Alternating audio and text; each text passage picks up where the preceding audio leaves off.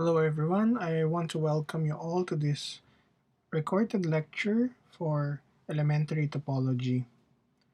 And in this lesson, we are going to talk about a property that some topological spaces enjoy.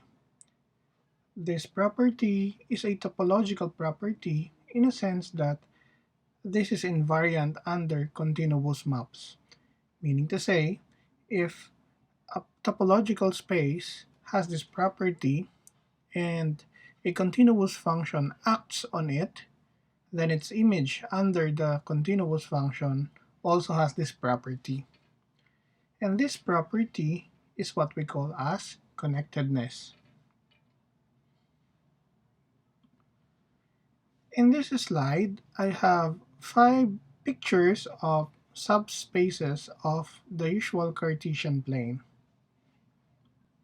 Based on your own or everyday understanding of the word connected, which do you think of these spaces can be considered connected? If you want to think about it, you can pause this video and have some time selecting your choice. If you don't want to hear the answer right away, you can pause this video for a while.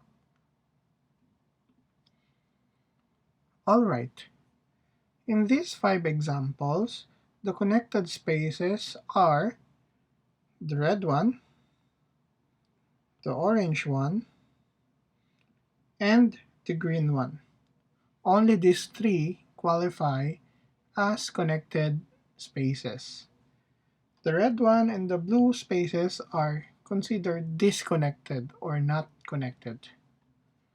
So to properly define what we mean by a connected space, we have the following formal definition. So a topological space X is said to be disconnected if you can find 2 open disjoint and non-empty subsets U and V so that their union is equal to X.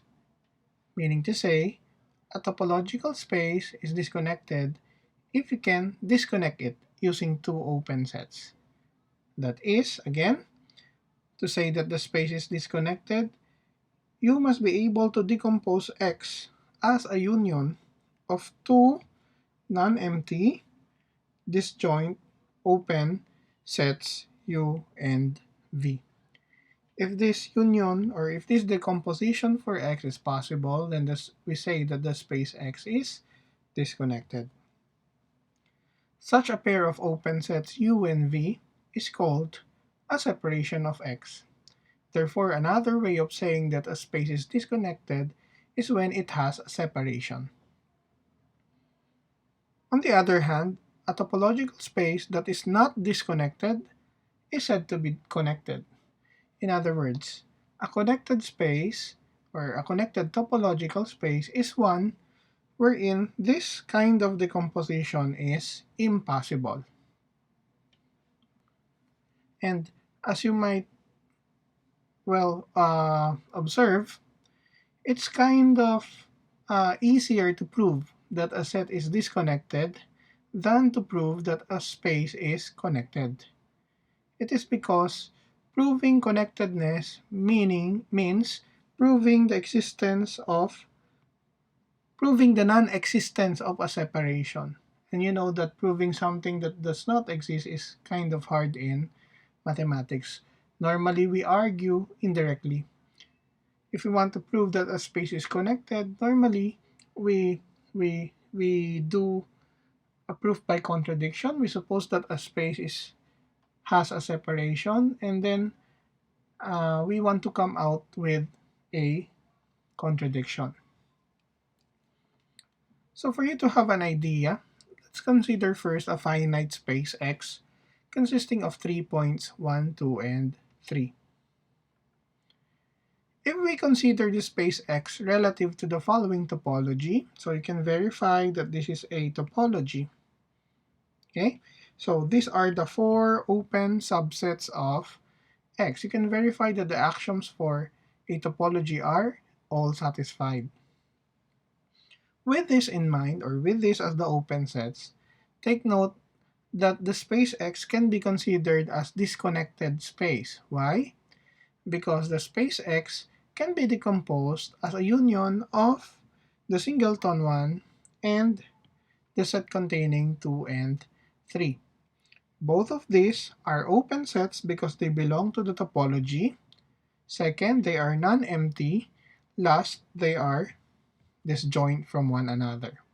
Therefore, the space X relative to this topology T sub 1 is disconnected. On the other hand, when we try to consider a different topology, T sub 2, no? So in T sub 2, these are the open sets. You can once again check that these open sets satisfy the properties needed to become a topology on X. Now with this, take note that we cannot decompose X as a union of two open sets because only X, among the open sets, only X contains the element 3. So if one part of the separation is X, the other must be empty. Of course, that is not possible because a separation is a pair of non-empty disjoint open sets. Okay? So in this case, the space X is connected because one cannot write X as a union of two non-empty disjoint open sets. Another example, with respect to the usual topology in the real number line, the space or the subspace obtained by removing 0 from R is disconnected. So you can imagine the entire real number line uh, where one point from it was removed, and that point is 0. So this is R minus the singleton 0. This space is disconnected because we could write the the space R without 0 as a union of two open intervals minus infinity to 0 and 0 to infinity. And take note that with respect to the subspace topology of R without 0, these two can be considered as open sets. In fact, they are also open in the usual topology of R. On the other hand, we claim that the closed interval from 0 to 1 in the real number line is connected relative to its subspace topology in R when R is equipped with the standard topology. In this case, because we are proving connectedness, the proof will be a little bit harder to develop because we are proving that this closed interval has no separation. So to do this, we suppose that this closed interval has a separation UV. Okay, so again, what do we mean by U and V? U and V are non-empty, disjoint, they don't intersect, and they are both open sets whose union is the closed interval 0, 1. Open in the sense of the subspace topology in 0, 1. If this interval is separated into U and V, then of course 0 will belong to either U or V. Because the order of U and V does not matter in this example, let's just assume without loss of generality that 0 be in the set U. And then we will consider the set A consisting of all the x's in the closed interval 0, 1, so that the interval from 0 to x, not including x, is inside U. So for example, if we try to draw the diagram, for example, this is the interval from 0 to 1. Let's say this is U, the yellow portion is U, and let's say the blue portion is V, and assume that UV is a, separation of the closed interval. Of course, we know that, intuitively we know that this separation is not possible. No? But I want you to visualize the set A. The set A is kind of, well, it consists of all the x's so that the interval from 0 to x is included in U. So for example, this x is included in A. Why? Because the interval from 0 to x, like that, no, is included inside U. Alright? So for example, this x, or let's say y, is no longer included in A because the interval from 0 to y is not a subset of U anymore. Okay? First of all, take note that, well, actually there's an error over here. No, I wrote here 0 is in A. Well, 0 is not really in A because if 0 is in A, then the interval from 0 to 0 is a subset of U. Well, technically yes, because this interval is the empty set. This interval does not have an element. And of course, the empty set is a subset of U. So, well, technically 0 is really an element of A. I don't want to consider this an error, but, well, a technical glitch, as we may say, no? And,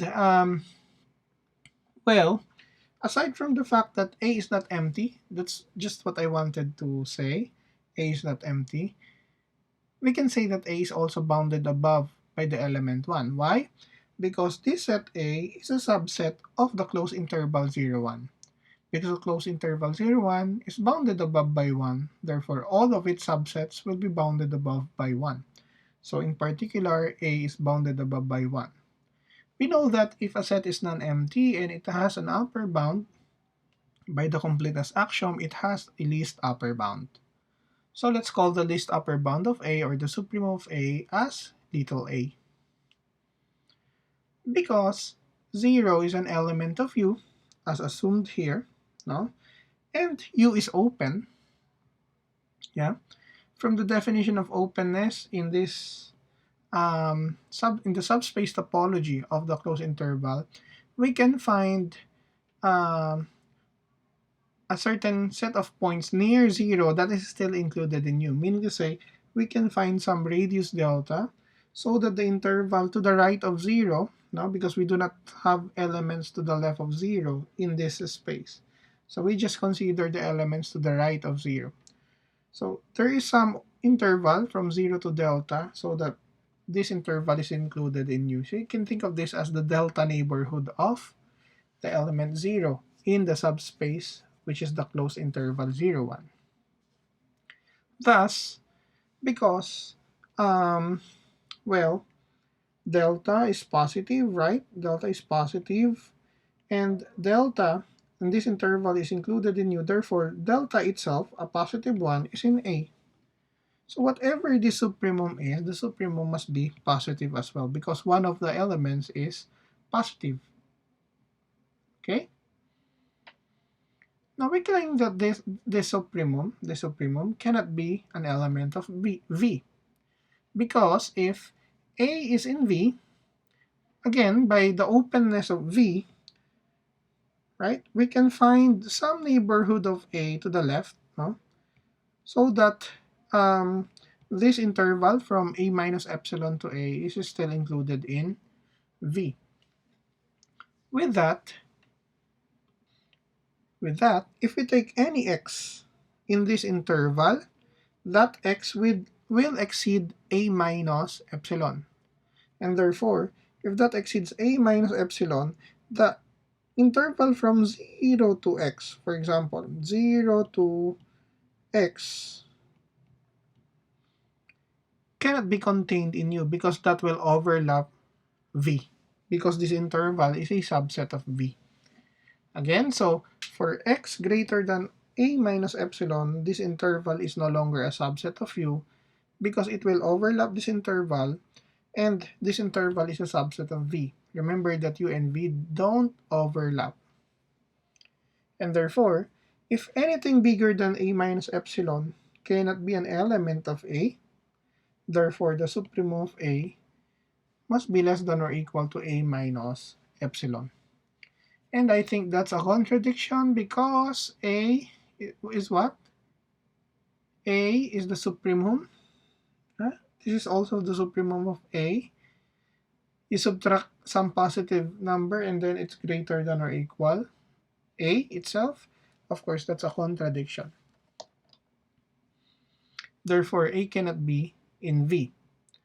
And because A is in this interval, A is in either U or V, no?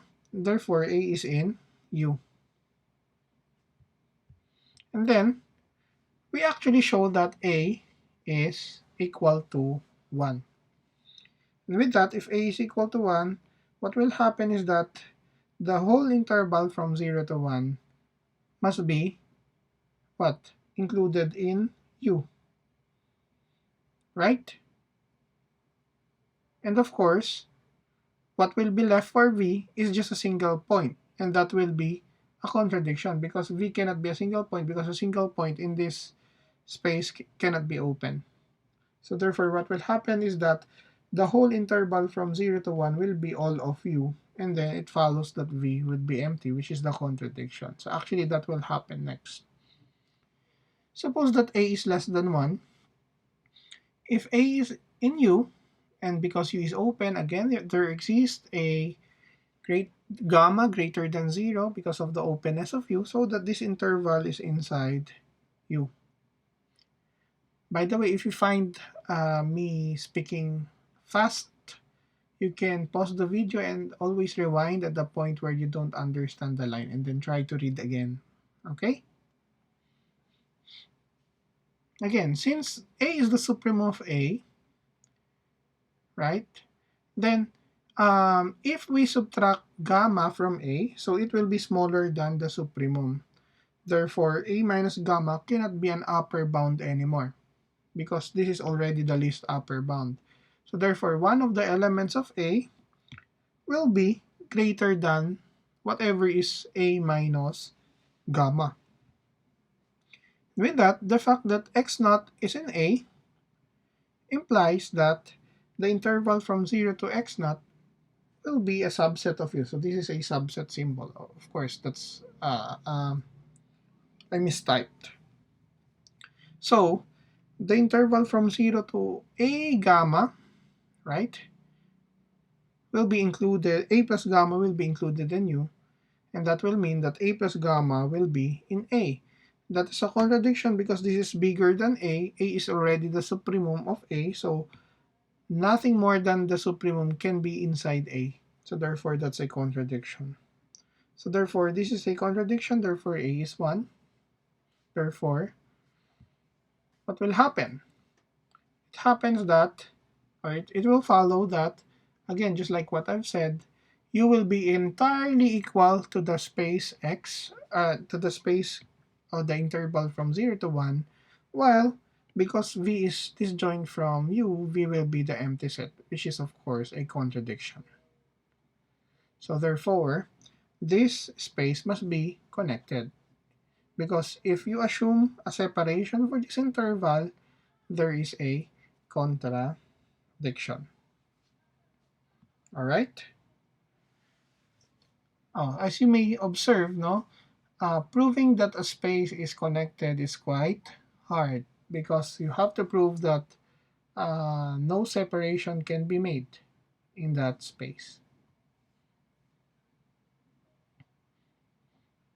So this is an exercise, and this exercise wants you to prove that the set S consisting of all points xy in the Cartesian plane with x times y greater than 0 is disconnected.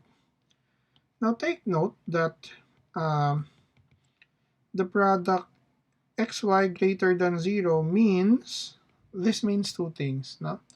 Either both x and y are greater than 0, either both x and y are greater than 0 or both x and y are less than 0. Okay? So therefore, I think those points satisfying this are those points in the first quadrant, not including the axis, of course. And those points satisfying this huh,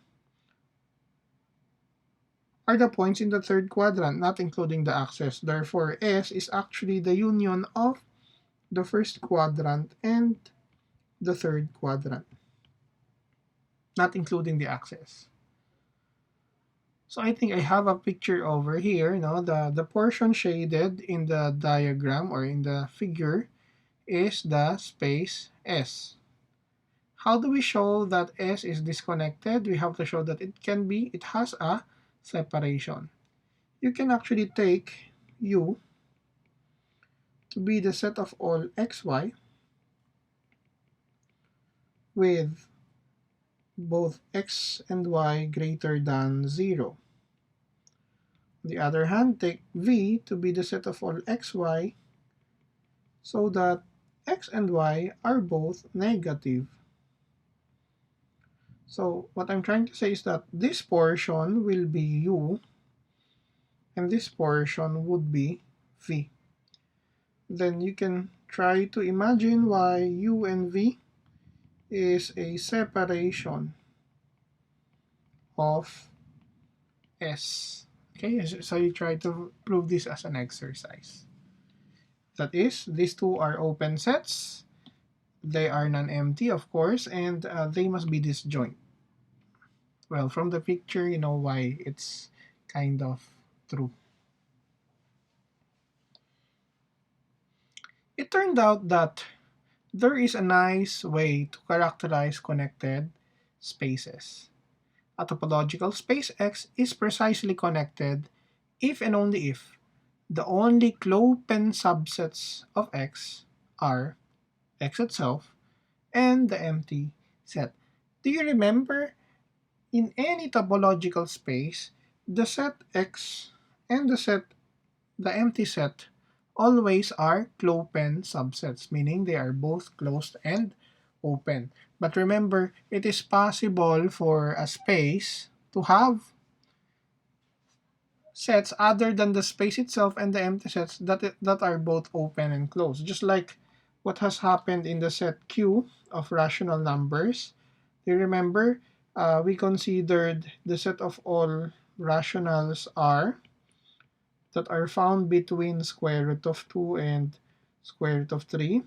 We know that this is clopen in Q. S is not Q, and of course, S is not empty. Therefore, aside from these two spaces itself, Q has a clopen subset. Therefore, the conclusion, if you're going to follow this theorem, the conclusion is that Q is disconnected. Because a connected space cannot have a clopen subsets aside from the space itself and the empty set. Okay? So this is a very nice characterization of a space being connected. So to prove that, assume first that X is connected. Suppose that X, so we're arguing by contradiction, suppose that X has a clopen subset E that is different from the empty set and the set X itself. Then, of course, because E is clopen, E is open. Therefore, the complement is closed, right? But at the same time, because E is also closed, the complement is open. Therefore, E and this are both closed and open. In fact, they are both open and non-empty. Furthermore, they don't intersect. So therefore, this union forms a separation of X. These are not empty. Okay? Because E is neither the empty set or X. So therefore, this is a contradiction. How come X has a separation when it is connected? So therefore, therefore the conclusion is that X is connected. I'm sorry. how come that a connected space has a separation, right? So therefore, what we suppose that X has this clopin subset E cannot be true. So therefore, X must be connected. To prove the converse, if X is disconnected, oh no, rather, we're proving the other direction using its contrapositive. So I am assuming that X is disconnected this time. So I'm trying to show that there will be a clopin subset of this different from X and the empty set. So because X is disconnected, you can decompose X nicely into two non-empty disjoint open sets, U and V. Thus, if you take because this is a separation, if you subtract if you subtract U from X, what will happen is that the complement or the complement of U in X would be entirely V. And therefore V must be closed because it's a complement of an open set. And because V is also open, it's also closed, therefore it is clopen. V cannot be X because if V is X, U would be empty, right? V cannot be empty as well, therefore, since neither U nor V is non-empty, it follows that V is a clopen set. Actually, whenever a space admits a separation U union V, U and V are actually clopen subsets of X. That will happen in general. Remember that. Okay? So I think I have another question. So if you have two non-empty connected subsets of a space X that overlap because their intersection is not empty. So let's say I have two connected spaces A and B that overlap. Would you think that the intersection is always connected? So do you think it's a yes or no? So if you want to think about this one, you can pause this video and try to sketch down some well-known spaces, no, in the plane and try to vote whether it is a yes or a no. Okay, I'll give you 5 seconds. No. I just pause this video if you want, and then I'm going to be quiet for 5 seconds here.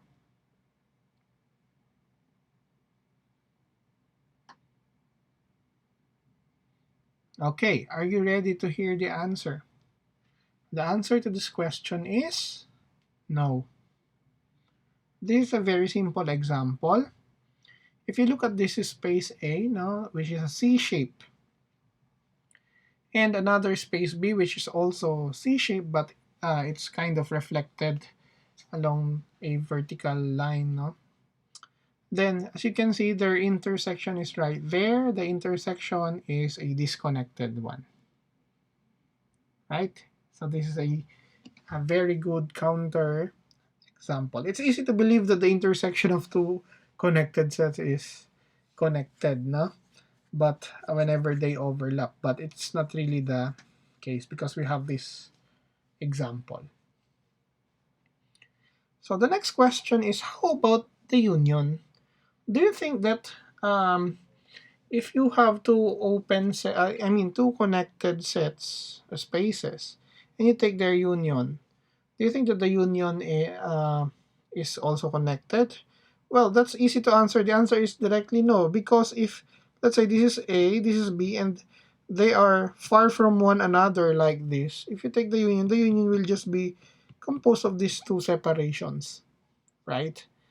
So, but, as we shall see later, that whenever uh, any collection of sets, connected spaces, overlap at least one point, if there's at least one point in their intersection, if they are all connected, we will see that their union is also connected. That's actually a fact that we wanted to prove next. But before we prove that, let's have the following lemma. We need the following lemma to answer that, or to prove that theorem. So let's say U and V are form a separation of a space X, and that Y is a subset of X. I'm sorry. So again, X has a separation. So first of all, X is disconnected. But this X happens to have a subset that is connected. So you can imagine a set X that has a separation. So it has maybe at least two parts in it, no? Like that. And then if X has a space, a subspace that is connected, what do you think will happen? So let's say this is U and V. According to the lemma, the space Y cannot be found in both U and V. Either Y is entirely in U or Y is entirely in V. Okay, that's the lemma. I think this is intuitively correct. When you think about this pictorially, you can imagine why. Okay, let's answer this. Since U and V are open in X, actually they are also closed, right? Then, the intersections U intersection Y and U V intersection Y are open in Y relative to the subspace topology. Meaning to say, U and Y, U intersection Y and V intersection Y are open relative to the subspace Y because these are already subsets of Y. Okay? And these are intersections of Y with some open sets in X. Do you remember that? Furthermore, if you take the union of these two sets, you will find that the union is just Y. So you can try to allow yourself make a Venn diagram for this. So let's say this is Y, okay? And let's say, what is this? So this is, let's say, U, this is V,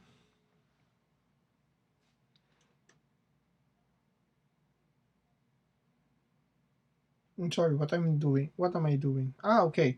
So this portion is U intersection V, or V intersection Y, and this portion is U intersection Y. When you take the union of these two, you will get all of Y. Furthermore, these two sets are disjoint. No?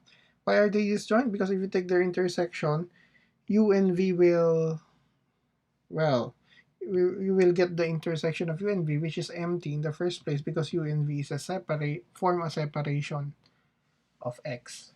Right? So these are also disjoint. If both of these are non-empty, what will happen? Then that will form a separation of Y, which is of course a contradiction. So therefore, one of these guys must be empty. Right?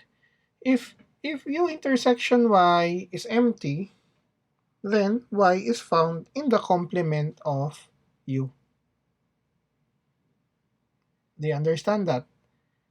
Do you remember that property? If A intersection B is empty, then A can be found in the complement of B, or you can also say that B can be found in the complement of A. So you can try to play around with these sets.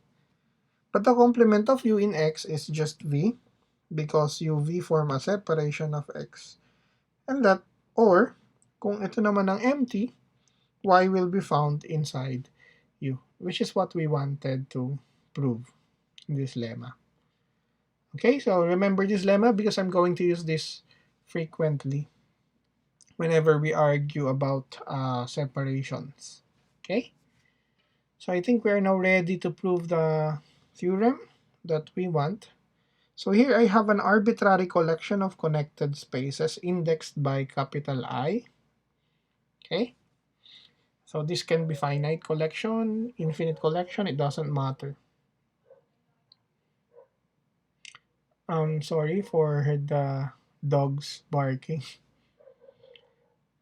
All right. So if the intersection of these spaces is not empty, meaning to say if all of these are connected, and they intersect at least one point, then according to the theorem, their union should be connected, which is of course trivially, I mean, you can imagine it to be true. Because if you have several places, no, for example, and then there's a common meeting point in all of these spaces, then the whole space or the union would be connected because from one place to another, you can take a tour, no, anywhere, no, by just going to the common place. You can think of it that way. But for the proof is kind of hard. I mean, kind of different from how we imagine it to be. So let's call X the union of these Xi's. We wanted to prove that X is connected, so we suppose that it has a separation. So let's say X has a separation U comma V, meaning X is a union of U and V where U and V are disjoint, non-empty open sets. Because the intersection is not empty, we can take any point, we can take a point X in the intersection. Then by the definition of the intersection, we can say that this point X belongs to Xi for all I. Let's just say, no, let's just say, if X is in Xi for all I, or X is in the intersection, it follows that X is also in the union, right? Right? If X is in the intersection, that little x is also in the union. So basically, X is also in this union. And if this union is separated by U and V, then X will either be in U or V. So let's just assume without loss of generality, because we don't have a preference between U and V over here. We can just assume without loss of generality that X be in U. Since each Xi is connected, and these Xi's, no, are subsets of this union. Okay, we don't know about the union. We want to prove that the union is connected. No, this X has a separation U and V. Xi is a connected space inside X which has a separation. Then by the lemma, these Xi's will be, will be either in U or in V entirely for each I. Now, it is possible that sometimes for some I, Xi is included entirely in U. Sometimes for a different I, X sub I is entirely inside V. But do you think that will happen? Not really, because a point in their intersection is in U. So if we assume that a point in the intersection is in U, what will happen is that each xi, each component space xi, will all be in U for all I, because this xi need to intersect. If some of the xi are found in V, then they cannot have a grand intersection because U and V are disjoint. Right? Right. I hope that you understand that. Consequently, all of the xi's will be part of U, implying that all of X, which is the union, will be inside U. And that would leave nothing in V. Of course, that's a contradiction because this is a separation. Supposedly, they are both non-empty. So, do you get the pattern? Normally, we suppose that a space, a connected space, has a separation. No? And then, the contradiction that we always arrive at is that one of the open components will be empty in the end. Of course, that is not a possibility for a separation. So that's the contradiction. So therefore, X must be connected because it cannot have a separation. Just like what I've said, this property is a topological property in the sense of the following. If you get a continuous function f from a space x to a space y, and that the domain x is connected, then its range, its image under f, which is of course a part of y, is also connected. To prove that this is really the case, suppose that the image space f of x has a separation u and v. Then of course, x is the inverse image of, because of this, no, because of this equality, it follows that x is the inverse image of this union. You know very well that inverse images behave very well in terms of set operations, that the inverse image of the union is equal to the union of inverse images, like this. And because u and v are open sets, right, in the image space or in y, no, these inverse images are open. Now these are open. Where? Open in X. And because U and V are disjoint in the empty set, their inverse image will also follow that property because of the well-behavedness of the inverse images. Furthermore, yan, because F is continuous, these inverse images are open sets. Therefore, this formed a separation for X, which is of course not true because X is connected. Therefore,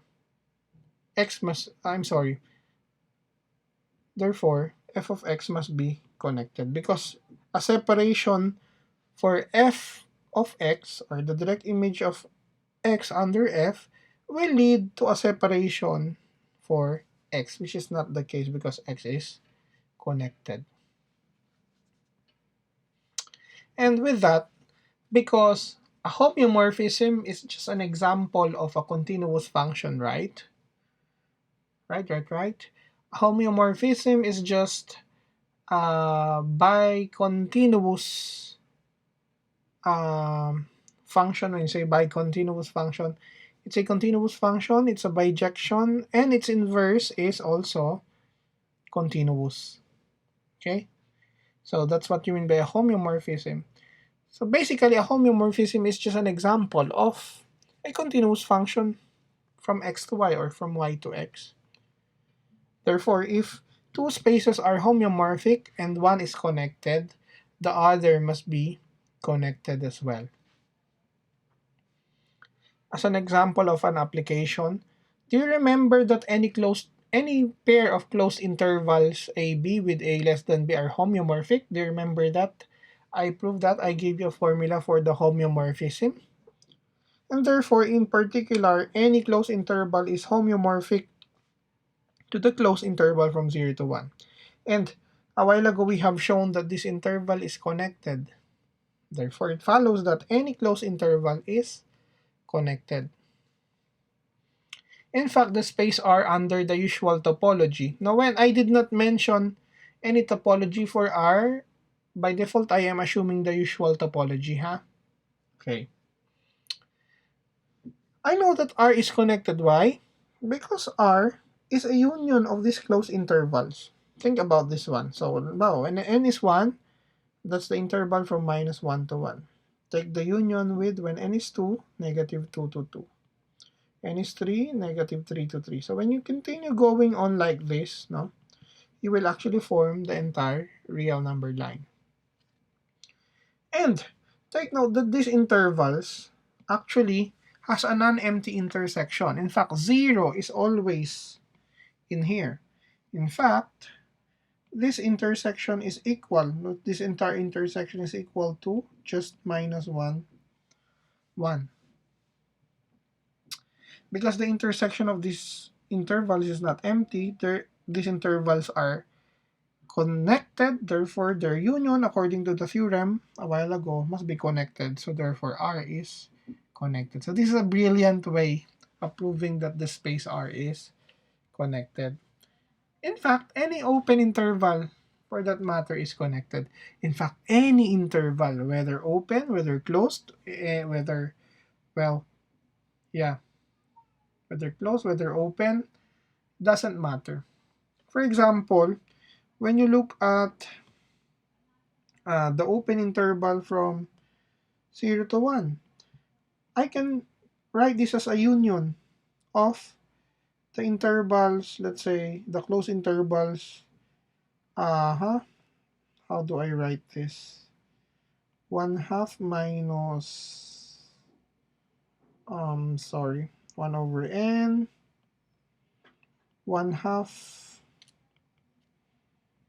plus 1 over n, and then let my n start at, oh, sorry, this is wrong, I can write this as the union of 0, yeah, 0 plus, 1 over n, comma, 1 minus 1 over n, where n starts from, let's say, 3 or 2. 2 is not possible, so let's say, yeah. Yan. You can check. Now you can check. And these intervals actually intersect. Therefore, this interval is connected, being union of connected spaces that overlap. And because any open interval is homeomorphic to this one, in fact, R is homeomorphic to this one. Therefore, any open interval is also connected.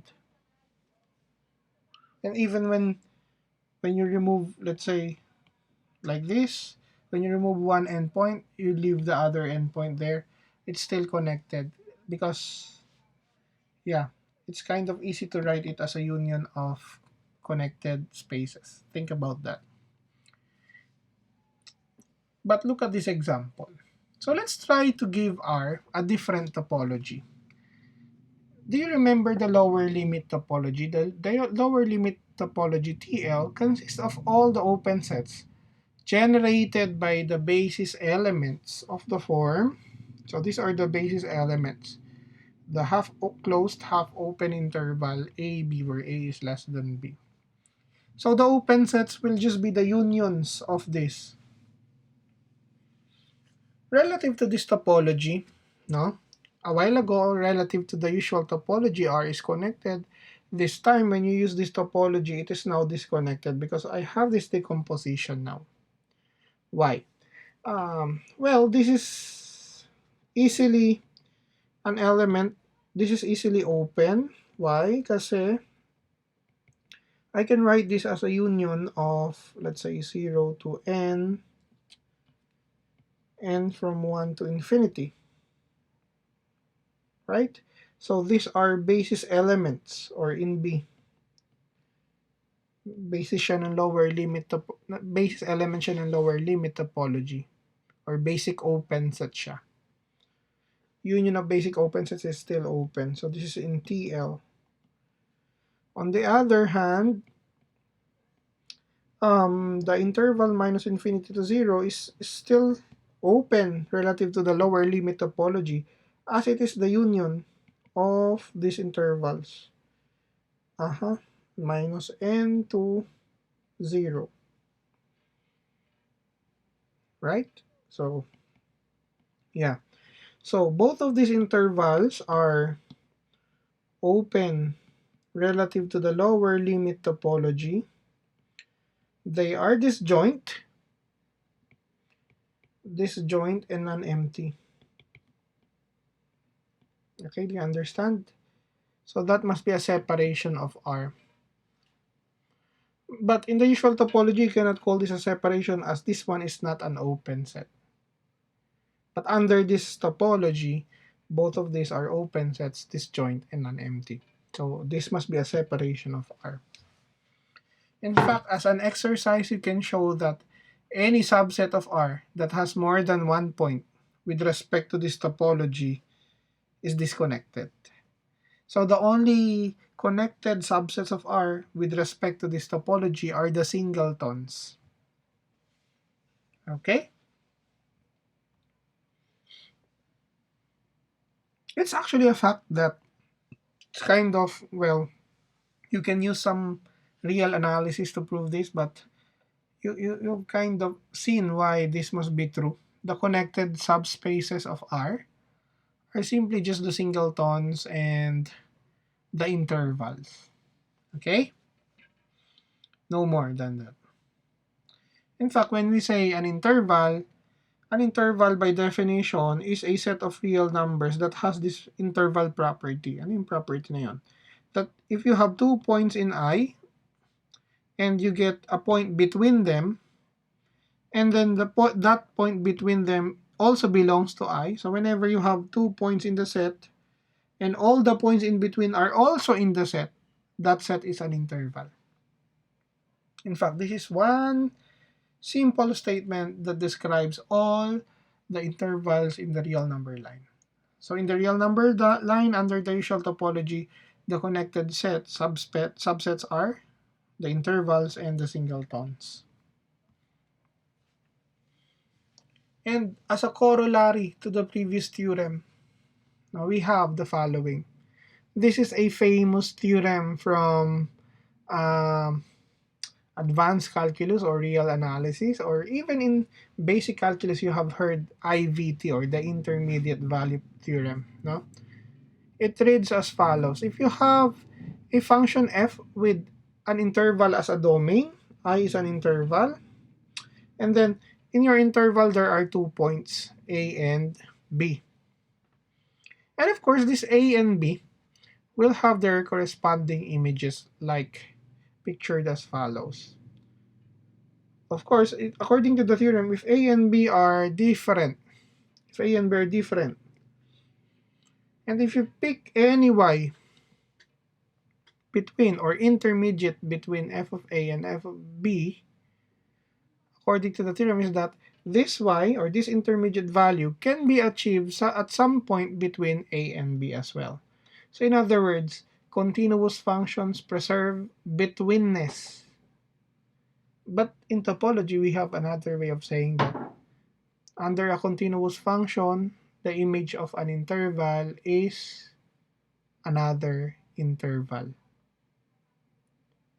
Okay? Because in the real number line, the connected spaces are intervals and singletons. Of course, for a constant function, for example, the image of the entire interval is a constant function. It is a single point, therefore still connected.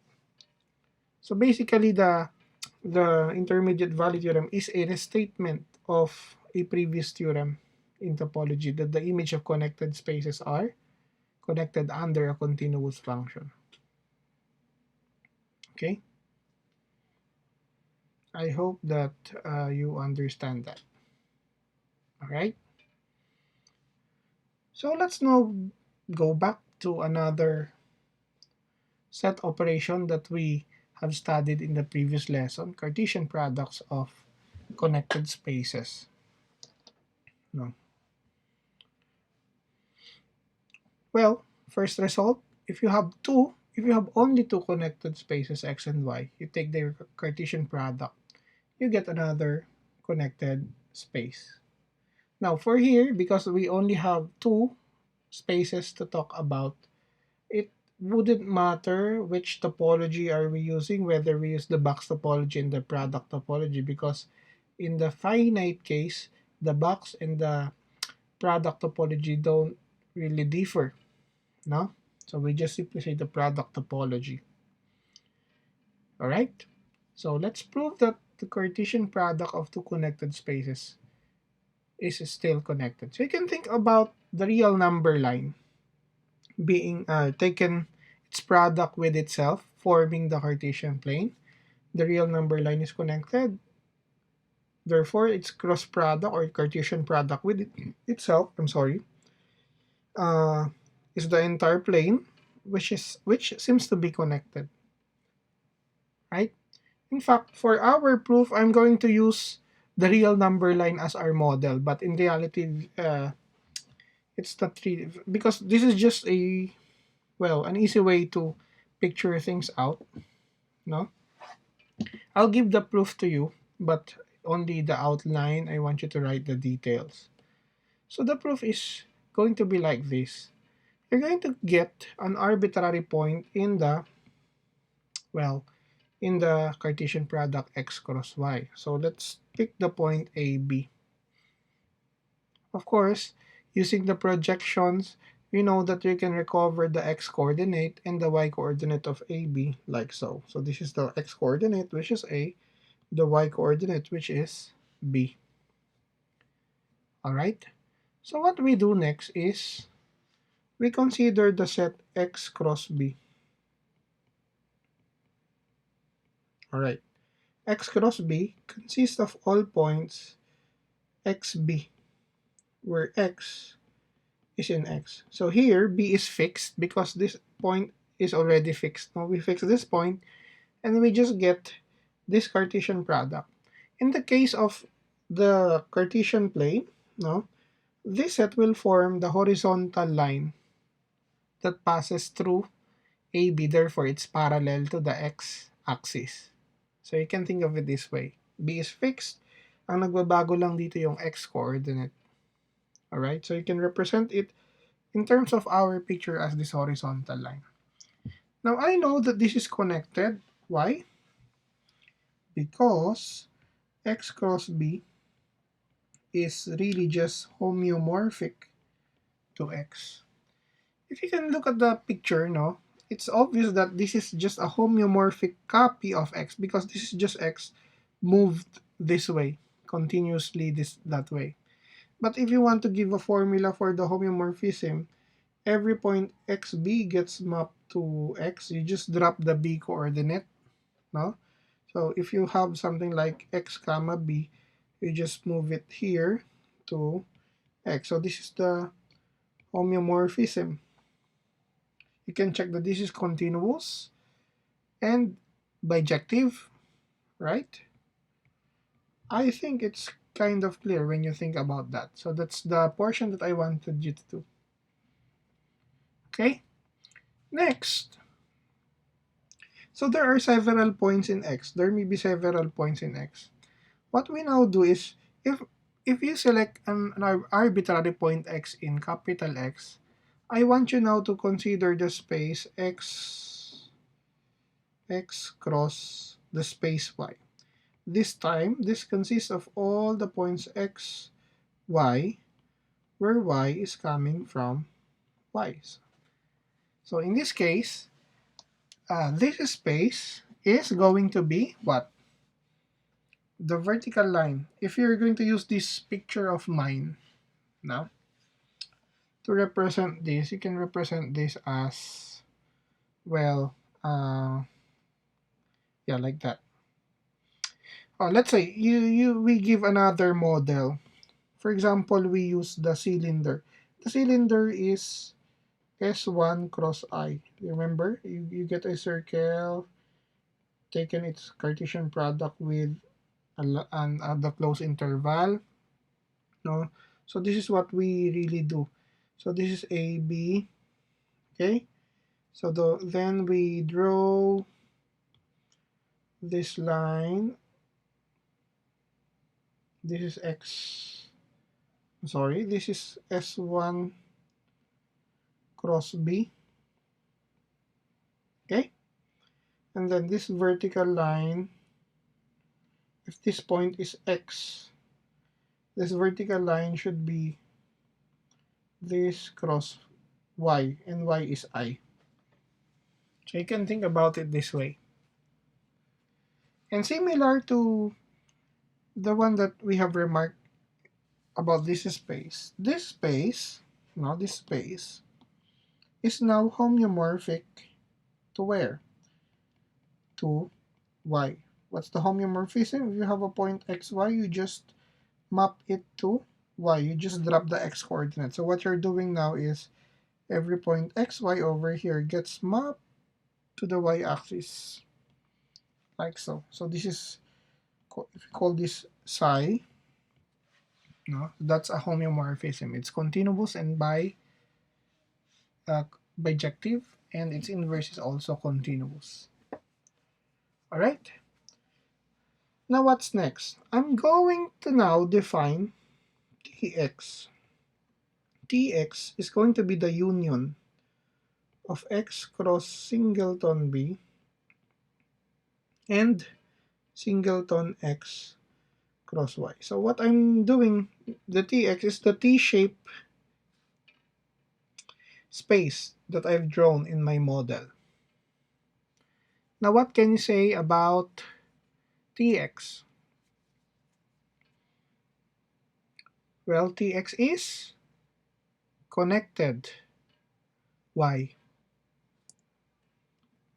Because Tx is connected because Tx is a union of two connected spaces with a point in the intersection. Where's the point in the intersection? The point in the intersection is right there. So this is the point x comma b. X comma b is in the intersection.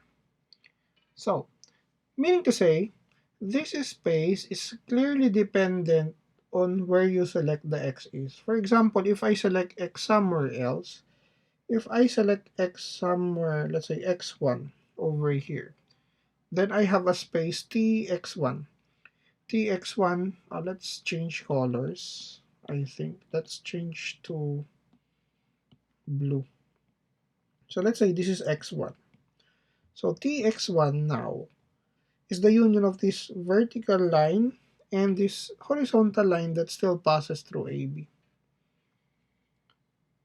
Okay, so what I want you to recognize right now is the fact that x cross y is actually the union of these tx's, where x runs over the entire x.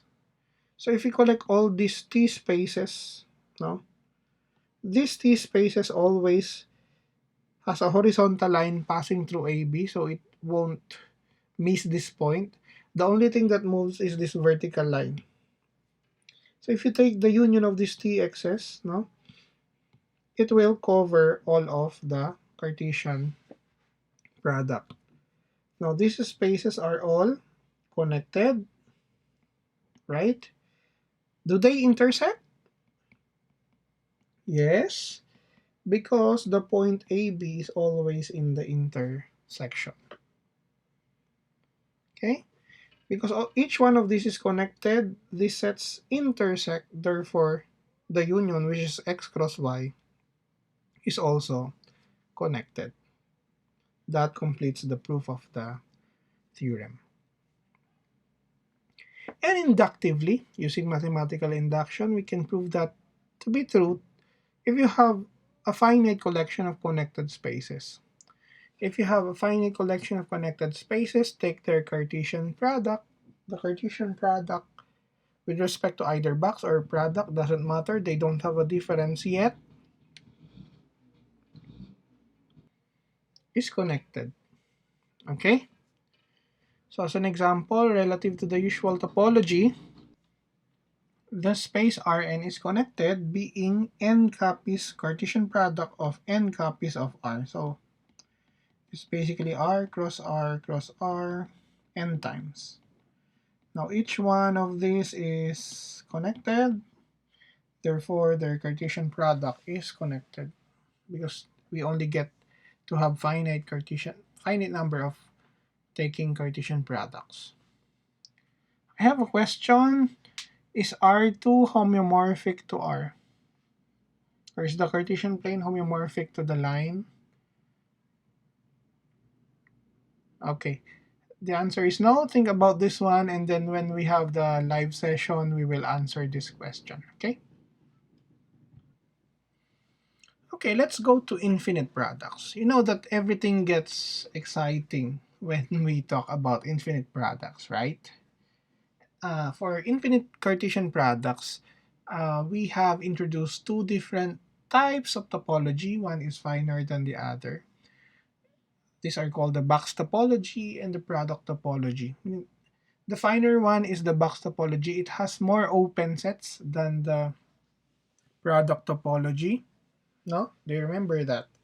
But although it has more open sets, some properties, do you remember in the box topology, some properties of the component spaces do not carry over for the infinite product, excuse me, when we use the box topology. Okay? But it happens quite nicely when we use the product topology. It turned out that connectedness is inherited by the product space from the component spaces better when we use the product topology. And when I say that, I mean the following. So let's consider the space Rn. Rn, no, again, this means that we are making copies of R this number of times.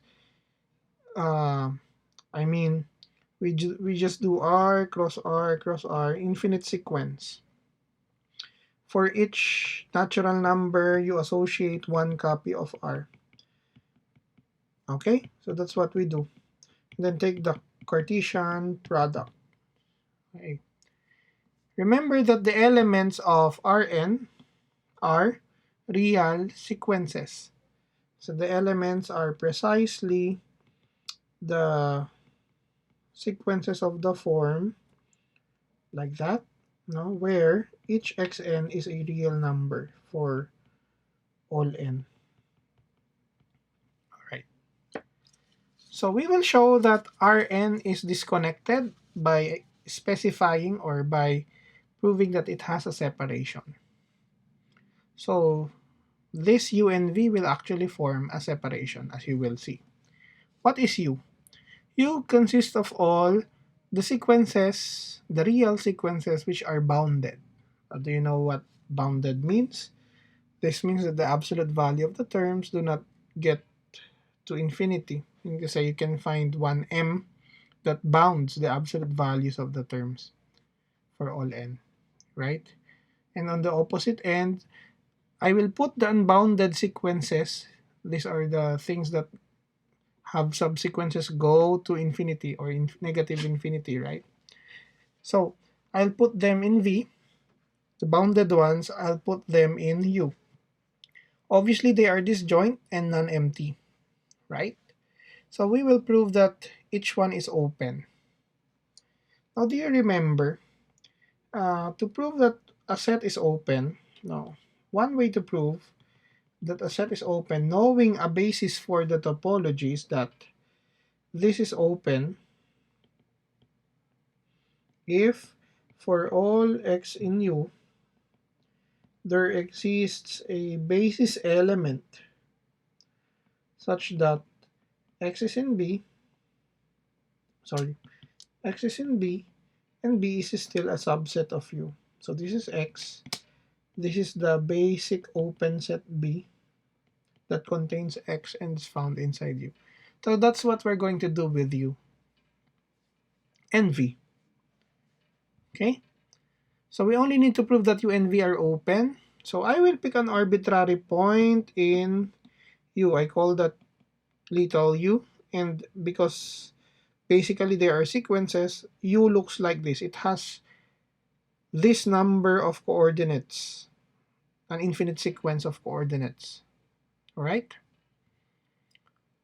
So what I want you to do is I want you to take the Cartesian products of these open intervals constructed from each term of u sub n. Let's this sequence have the first term, u sub 1. So it's like doing the following. Let's say this is u. U is, let's say that's u1. Okay. This is u2, u3. An infinite sequence might look like this, right? This is 1, this is 2, this is 3, this is 4, this is 5, this is 6, right? What I did is that I take an open interval around u sub 1 with radius 1. So this is a neighborhood of that with radius 1. Then I take another neighborhood of the second term, u sub 2. This time this is u sub 2. I take an interval of radius 1, and I did that for every term, basically. And then, what I did is I take the Cartesian product of these open intervals. And when I take Cartesian product of these intervals, I will just be forming another set of sequences whose first term will fall here, the second term can be found here, the third term can be found here, and so on. Here's the first term, here where the second term is, here's where the third term is, and so on. So basically, I will just get 1 point from each interval, therefore forming another type of sequence. But as you can see, because U is in U, the sequence UN itself is bounded, meaning to say they don't go to infinity. So whatever sequence I take from the blue intervals, they will still be bounded. So as you can see, U is clearly in BU, and BU contains bounded sequences, so BU is a subset of U. And that proves that U is open. And that because, by the way, I forgot to mention, this is open in the box topology. Take note that this is not open in the product topology because in the product topology, we require most of the terms to be just R, right? If a component is not equal to R, that must happen for a finite number of times only. That's for the product topology. But here we are in a box topology, so any Cartesian product of open sets will be considered open. We are kind of loose when we talk about box topology. Okay? So U is open.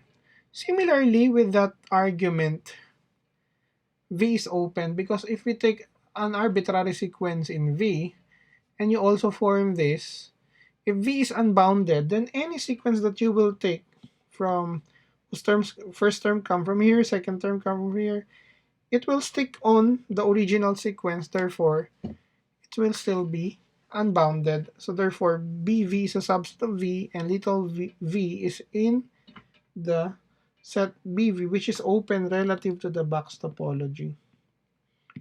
Therefore, what? UV form a separation for Rn, and therefore Rn is disconnected. The controversy is that Rn is disconnected even though R is connected with respect to the usual topology when we use the box topology, of course. Alright? That's the idea. And of course, just like before, something good will happen if we change our preference of topology for the infinite product. So for the infinite product, if we select the other type of topology, which is the coarser one, which is the product topology, you will see that something nice can be said. It can be said that we can guarantee that Cartesian products of connected spaces is connected under the product topology. But before that, we have the following lemma.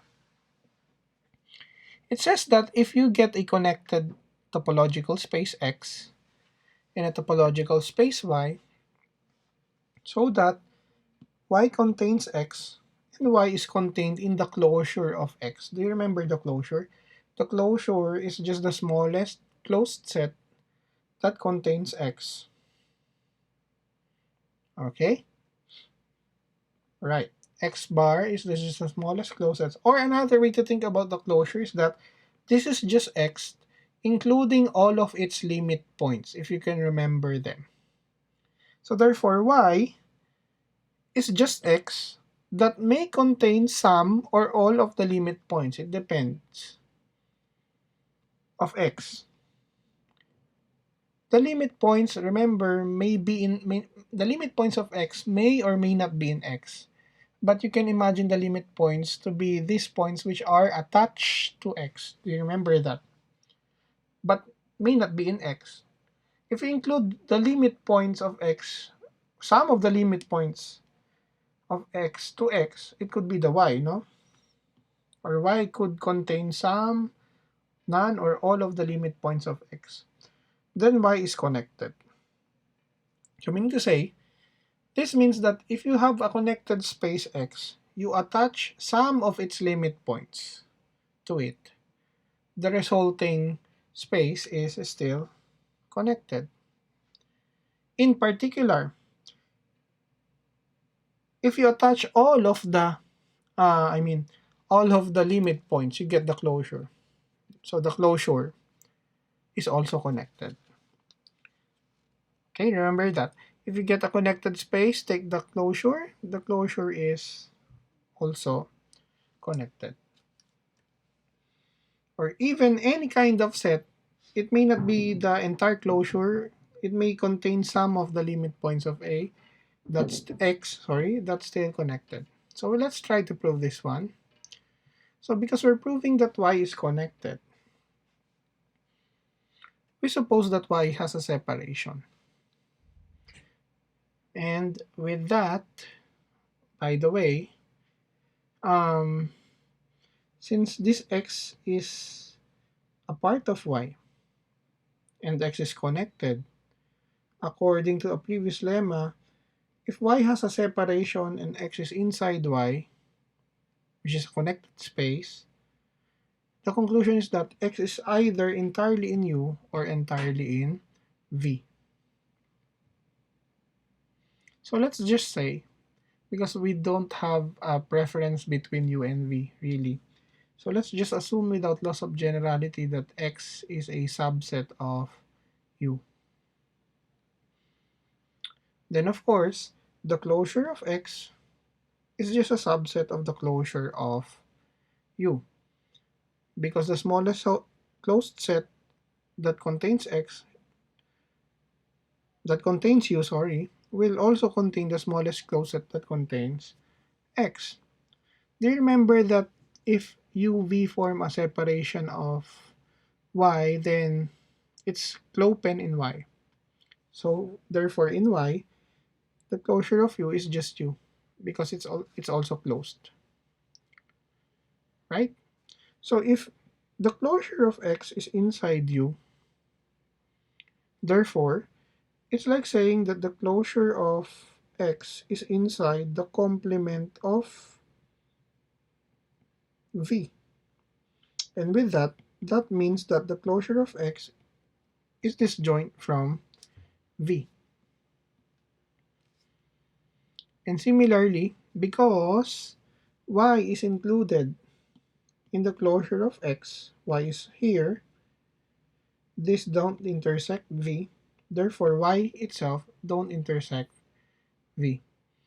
This contradicts the fact that V is non-empty and V is a subset of Y. How come that they are disjoint when V is a subset of Y and V is non-empty? So therefore, because that's a contradiction, we must have the conclusion that Y must be connected. Because assuming that Y has a separation leads to this contradiction. The particular case can be achieved by just setting Y to X bar. Okay? So the thing that we're going to use in the main theorem is the particular case. Remember, if X is a connected space, its closure is also connected. Okay, so we now have come to the end of this lecture. So here we're proving that if you have an arbitrary collection of connected topological space, and if you endow the product space by the product topology, then the product can be considered connected all the time. So again, this gives us one more reason why we prefer the product topology over the box topology. Okay? So the proof is similar to what we have done in the case of two Cartesian product of two spaces. You might find some similarity. So what I do is I pick an arbitrary point in the product. Just like before, I pick an arbitrary point A, B in the Cartesian product of two lines. No? Do you remember that? Now here's what I'm going to do. I'm going to pick a subset of the index set A. I'm going to take a subset F, which is finite. Then I will try to define the set, the space XF, to be the set of all points whose alpha coordinate simply coincides with the alpha coordinate of this point, the given point, for all alpha that is not in F. So I will try to, I'll kind of explain this. For example, in the space R3, let's say I pick the fixed point P as 1, 2, 3. And then here, A, let's not use 1, 2, 3. This is a bad choice. For example, 4, 5, 6. Now here, because we have 3 copies of R, the real number line R is indexed by A, which has 1, 2, 3. We have 3 copies of R, right? So let's say I took F to be a finite subset of A, let's say 1. So what do you mean by XF? XF now consists of all points x1, x2, x3, so that whenever the subscript is not in F, in other words, it's either in 2 or 3, you just copy the coordinate of P. So in this case, because F only has 1, therefore for alpha equals 2 and 3, we will just copy the coordinates of P. So in the second and third places, we'll just put, we will just put 5, and the third coordinate will be 3. So in reality, this just consists of the points x1, 5, 6, where x1 is a real number. How do you describe this? How do you describe this set? This consists of all the points with y coordinates 5 and z coordinates 6. So what is this? This is actually a line. Now, what kind of line? So if this is your R3 space, that's your R3 space. So if this is 5, we should find 5 in y. So if this is 5 and this is 6, so this is an example of a point. This is actually 0, 5, 6, right? So that 0, 5, 6 is an element of XF. And all the other points in XF are found where? In this line. So basically, this line is just a copy of R, the first R. You will see that this is just isomorphic to R. If you go to R2, even better, I think.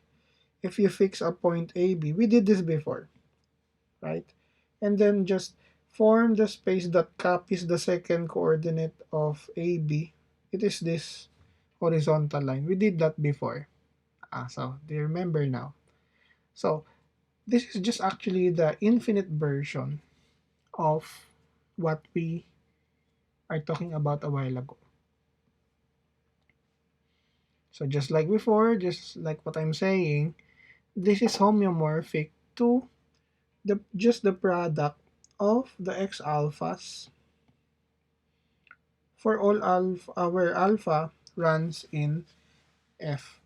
Because you're fixing the coordinates of those that are not in F, therefore what remains arbitrary are the points that are the coordinates whose subscripts are not in F. Are in F. So therefore this is homeomorphic to this.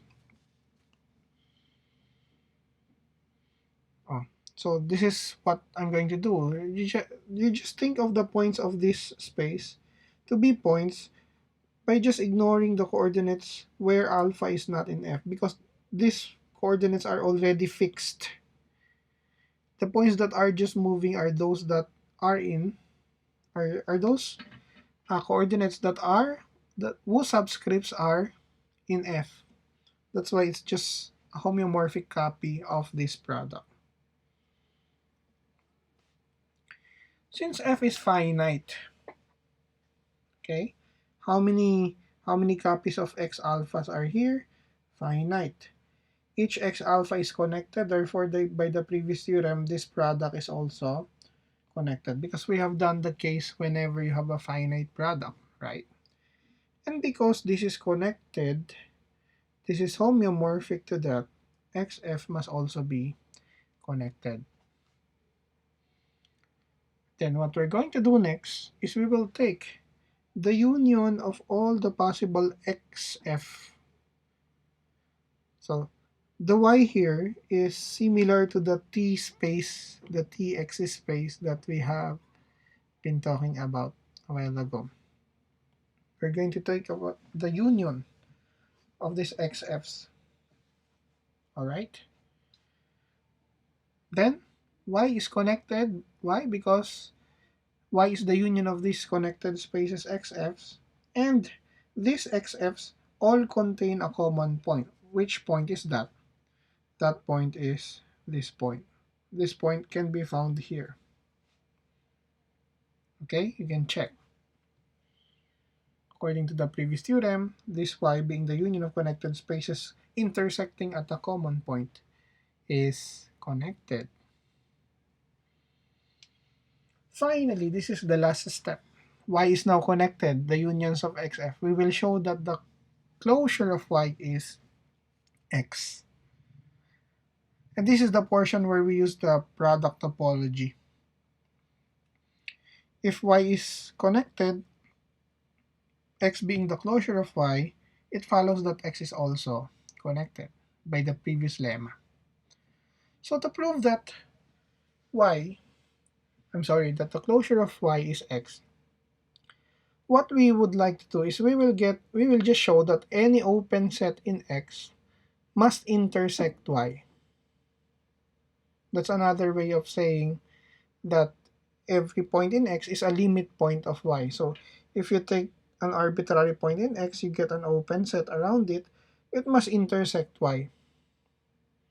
So basically, just wanted to show that any open set in X must intersect Y. It shares a common element with Y.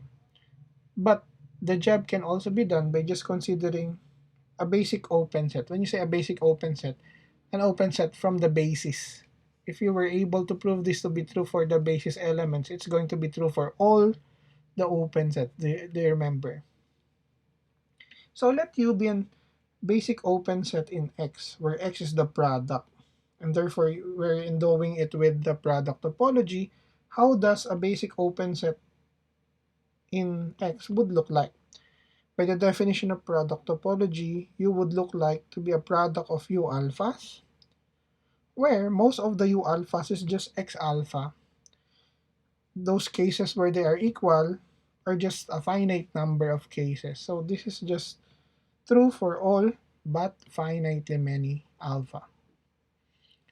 Hence, the set of indices where they are not the same is finite. So you can call it F. No, it's just finite. So if you pick an arbitrary index from F,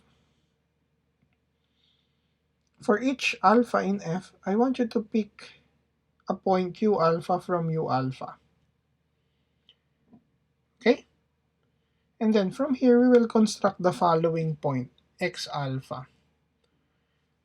For X alpha, we will just copy, we will use the pick point Q alpha whenever alpha is in F. And whenever alpha is in F, we will just copy the P, the original point P. And as you can observe, this point must be in, what's this? YF? What's YF? XF. I think this is XF. We don't have a YF, right? This is an XF. This is an XF by the definition of XF. Because in XF, X alpha is equal to P alpha for all alpha that is not in F, and that is the requirement.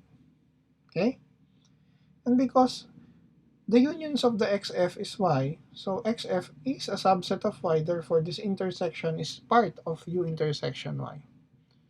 So therefore, what we were able to do is the following.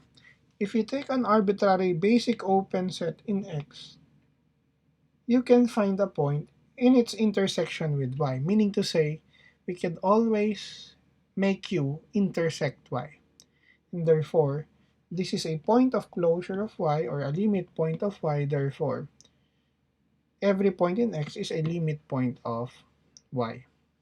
Therefore, the closure of Y is X. And because Y is connected, X must be connected again by the previous lemma. For the next lesson, we are going to talk about a stronger form of connectedness. Stronger form meaning um, this is what we call the path connectedness. We are going to talk about paths between 2 points in space. No, how do you define that? How do you define a path from a point A to a point B?